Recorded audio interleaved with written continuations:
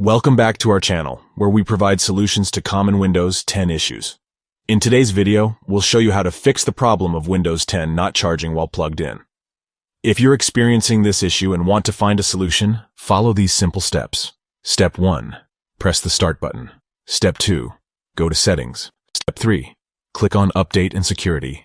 Step 4. From the left menu, click on Troubleshoot. Step 5. Click on Additional Troubleshooters. Step 6. Search for Power and click on it. Step 7. Click on Run the Troubleshooter. Step 8. Once the troubleshooter finishes, click on Close the Troubleshooter. By following these steps, you can troubleshoot and fix the issue of your Windows 10 device not charging while plugged in. If you found this video helpful, please give it a thumbs up and subscribe to our channel for more Windows 10 troubleshooting tips.